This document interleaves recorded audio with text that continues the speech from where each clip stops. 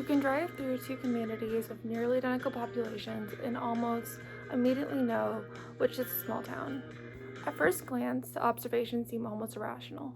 The streets may be similarly laid out, the homes may be of comparable age, both places may have grocery stores, schools, restaurants, gas stations, and public parks. But in some cases, they may even occupy the same amount of land and contain roughly the same amount of residents. Yet one feels mistakenly like a town, the other feels like a city. Why? Our first instinct is often to explain this characteristic through physical characteristics. We point to the historic buildings, the slower traffic, and the surrounding farmland, or perhaps the absence of skyscrapers. We assume that the experience of a place is determined by its physical landscape, but this explanation quickly begins to fall apart. Through the United States, there are countless suburban municipalities with a population comparable to traditional small towns that rarely evoke the same feeling. Likewise, there are neighborhoods within a major metropolitan area that possess many of the social characteristics people associate with small town life. This suggests that population alone is not sufficient. Architecture alone isn't sufficient. Geography alone isn't sufficient. And these factors cannot fully explain the distinction, then perhaps the answer lies somewhere less visible. Perhaps what differentiates a small town is not primarily its physical landscape, but a social one. To understand why, we must shift our perspective. Rather than asking how many people live somewhere, we should ask how those people relate to one another. Because these places are not merely collections of buildings, they are collections of relationships. Imagine walking into a grocery store. In a large metropolitan area, the experience is remarkably efficient. Customers move quickly through the aisles, conversations are brief, if they occur at all. Cashiers process hundreds of unfamiliar faces each day. Individuals enter and leave without expecting not to encounter anyone they know. The anonymity is neither inherent nor bad. It's simply characteristics of life in a large, complex societies. Now imagine entering a grocery store in a small town. The physical space may look almost identical, same fluorescent lights, same shopping carts, same produce sections, yet the experience is fundamentally different. The cashier recognizes your family name. A former teacher asks how college is going. Someone waves across the aisle. You unexpectedly spend 10 minutes talking with a neighbor near the entrance because neither of you feels particularly rushed. Nothing about the architecture has changed, but the product has changed. The difference exists entirely within the social relationships occupying the space. The grocery store functions not only as a place of commerce, but also an informal gathering place where the relationships are maintained through repeated interaction. It seems ordinary as these encounters illustrate broader sociological principles, but communities are not defined solely about where people live. They're defined about how often people live their lives and how they intersect. Sociologists explored this phenomenon through several concepts, one of the most influential being social capital. Broadly speaking, social capital refers to a network of trust, reciprocity, and social relationships that enable communities to function effectively. Unlike financial capital, social capital cannot be deposited into a bank account. Like physical capital, it cannot be constructed with concrete or steel. Instead, it accumulates through repeated human interactions. Every conversation, every shared experience, every favor returned, every familiar face encountered over years gradually contributes to an invisible network, connecting members of a community. In many small towns, these networks are unusually dense. Individuals occupy multiple social roles simultaneously. Your pharmacist may coach your child's soccer team. Your mayor may attend your church. Your mechanic may have graduated from the same high school as your parents. A local business owner may also serve on the school board. These overlapping relationships create what sociologists sometimes describe as a multiplex of social ties. These connections are in which people interact across numerous contexts rather than within a single role. In cities, relationships often become specialized. You know your doctor only as your doctor, your accountant only as your accountant, your barista as the only person who prepares your coffee. In a small town, these boundaries frequently overlap. People become connected through family, work, recreation, religion, education, and civic life simultaneously. The result is a community where relationships extend far beyond individual transactions. The pattern profoundly shapes everyday behavior. Psychologists have long argued that human behavior changes when individuals believe they will encounter not one another again. Repeated interaction encourages cooperation. Trust becomes valuable. Reputation becomes meaningful. Expectation of the future encounters suddenly influence countless everyday decisions. When people know no strangers may become tomorrow's neighbors, social incentives begin to shift. Courtesy is no longer simply polite, it becomes practical. Trust becomes an investment. Kindness requires long-term value. These simple expectations for much of what people describe as the feeling of small towns are rarely written into law. They influence behavior every day. This is not to suggest small towns are universally friendlier or more virtuous or morally superior. Conflicts of every size contain generosity and conflict alike. Rather than social structure of small towns makes repeated interaction significantly more likely, allowing trust and occasional tension to accumulate over time. In other words, familiarity has consequences. Some are profoundly positive, others are considerably more complicated. And understanding both is essential if we hope to understand why small towns feel the way they do. 2. Community and society. In 1987, a German sociologist named Ferdinand Tönnies proposed a deceptively simple idea. Not all communities are organized the same way. Some are built primarily upon close personal relationships, others depend on formal institutions and interpersonal interactions. He described the two forms of social organization using the term Gemeinschaft and Gesellschaft.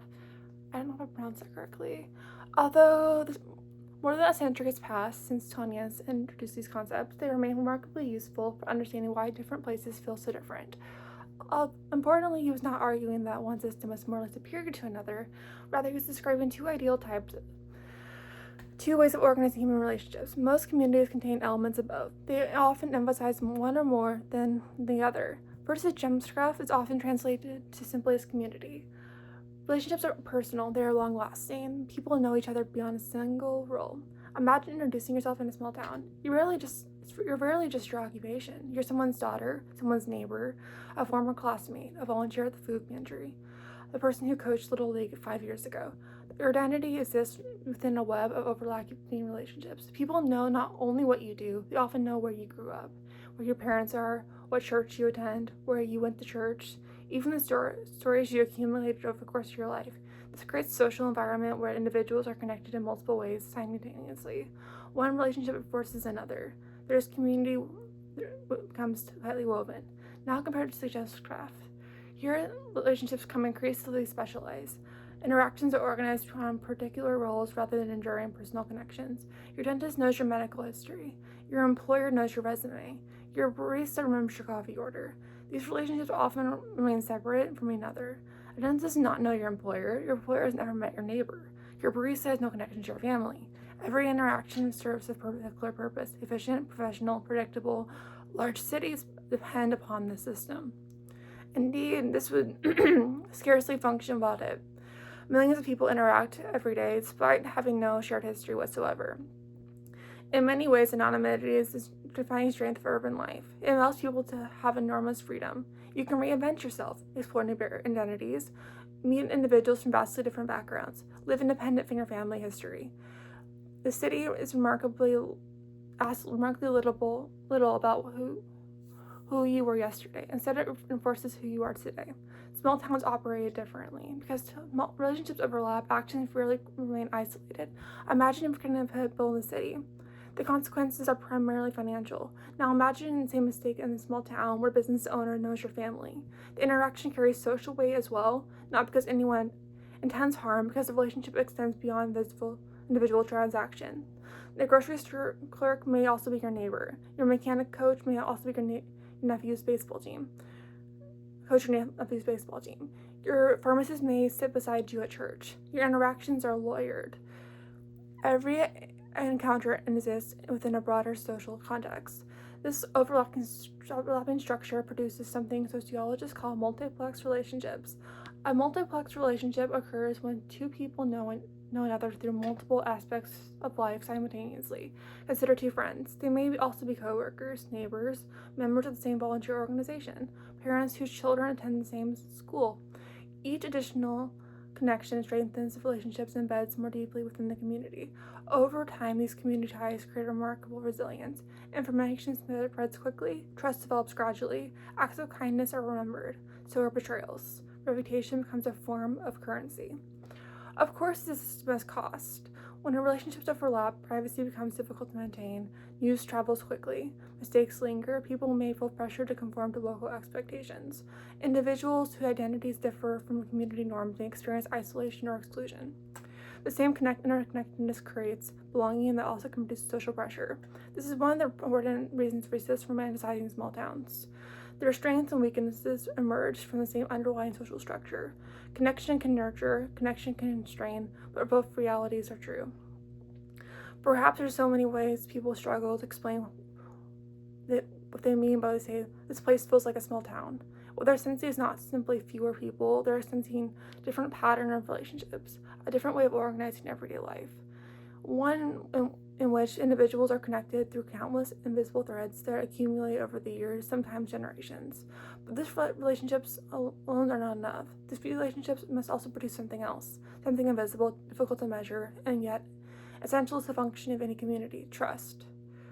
To understand why this trust feels so abundant in some places and so fragile in others, we need to examine one of the most influential ideas in modern society, in sociology and political science, the concept of social capital. Next to chapter 3. Money is one form of wealth, education is another. Land, natural resource, infrastructure. For centuries, economists have measured prosperity of society's tangible assets, things that can be counted, bought, or built. But during the late 20th century, scholars increasingly argue that another form of wealth had been overlooked. It cannot be deposited into a bank account, it cannot be photographed from satellite, it did not appear in the census reports or balance sheets. It is profoundly shaped whether communities thrived or struggled. They called it social capital. Political scientist Robert Putnam defined social capital as the networks, norms, and trust that enable people to work together more efficiently to pursue shared goals. Unlike financial capital, which grows through investment, social capital grows through interaction. Every conversation, every favor returned, every committee meeting, every volunteer event, every familiar face at the grocery store. These ordinary moments accumulate over time, creating a reserve of trust that communities draw upon when they face challenges. In many ways, social capital functions like invisible infrastructure. You cannot see it, but you immediately notice when it's absent. Imagine moving to a new neighborhood. A car won't start. You need to borrow a jumper cable. Who do you call? In some communities, that question has an immediate answer. A neighbor you've spoken with before, someone down the street, a family you just met at the local park. In other communities, answer may become less obvious, not because people are unkind, but because the relationships aren't necessary for asking simply haven't developed. Trust is rarely created in moments of crisis, but is built in long before the crisis has arrived. Small towns often provide fertile ground for the process because some people encounter one another repeatedly across different settings. The parents you meet at a local concert is the same person you later see at the hardware store. The cashier you meet greet every Saturday volunteers at the local food bank. The person sitting next to you at a town council meeting owns the restaurant where you celebrated your anniversary. These encounters create familiarity. Familiarity becomes trust, and lowers the social cost of cooperation. Communities find higher levels of social capital often find it easy to organize volunteers, events, raise money for families in need, support local businesses, or respond collectively during emergencies. This is not simply because people themselves are fundamentally different, rather the structure of the relationships makes cooperation easier. Sociologists sometimes distinguish between bonding and bridging social capital. Bonding social capital strengthens ties within a close-knit group. It develops among families, close friends, neighbors, and long-standing community members. It creates solidarity, mutual support, a sense of belonging. In small towns, bonding social capital often is highly visible. When a family loses their home in a fire, neighbors organize fundraisers. When someone falls ill, meals are arriving at the doorstep. When a local student earns a scholarship, the entire town celebrates. These are not acts as simply expressions of generosity, they are manifestations of relationships that have been cultivated over years. But communities also need something else. They need a bridging social capital. When bonding connects people who are already similar, it creates relationships across differences between generations, professions, cultures, socioeconomic backgrounds, and political beliefs. Healthy communities require both. Too much bonding without a bridging can produce exclusion. Some internal loyalty may be unintentional, creates barriers for newcomers. Outside established networks can struggle to integrate. Innovation may slow, communities become resistant to change. Conversely, communities rich in bridging social capital often adapt, even more easily because ideas and experiences flow across social boundaries. The strongest communities are rather those with closest friendships alone. They are those capable of connecting diverse people while maintaining mutual trust. This complexity helps explain why small towns can evoke such different experiences for different people. Some people whose family have lived there for generations, the town may feel deeply supportive. Every familiar face reinforces a sense of belonging. For someone who recently arrived, however, those same networks may initially feel difficult to enter. What feels like community from the inside can sometimes feel like exclusion from the outside. Neither perspective is necessarily wrong. They reflect different positions within the same social structure. Cities operate differently. Although urban residents have smaller circles, repeated interaction, they encounter extraordinary diversity. Every subway ride, every neighborhood, every workplace, every public park introduces people with perspectives they may never encounter otherwise. Cities generate opportunity through connection across differences. Small towns often generate stability through connection across time. These different forms of social organization each producing distinct strengths. Perhaps this is describing why small towns friendly feels incomplete. Friendliness is an individual trait. Social capital is a collective one. The feeling people associate with small towns is rarely created by a single interaction. It emerges from thousands of interactions later over years, sometimes generations, until trust becomes part of the landscape. Yet, even trust does not fully explain why certain places stay with us, why returning home after the years can feel strangely familiar, why an old street can evoke memories before we consciously recall them. To answer that question, we must look beyond sociology and psychology, because the places we inhabit do more to shape our relationships than they shape our identities. And next is chapter 4.